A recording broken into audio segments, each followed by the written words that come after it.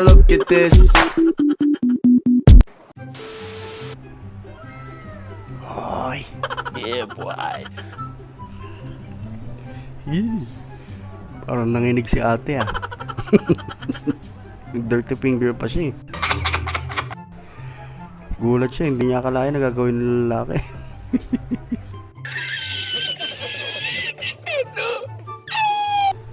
So ito guys, pinakain sila ng cat food pero hindi nila alam na cat food pala yung pinapakain sa kanila.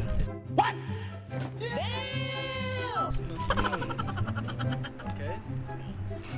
Pinapa-review pa yata. Papasikat si Manong, babasagin niya raw doon sa kanyang ulo. Pero mukhang yung ulo niya ang puputok, hindi yung bote. Oh, tigas. Bukol-bukol lang ka dyan. Kinakamagahan, Manong. Hi vlog, dumayang ugto.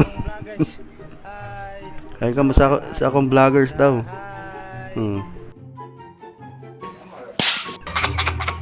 Oh, si ate oh, singer.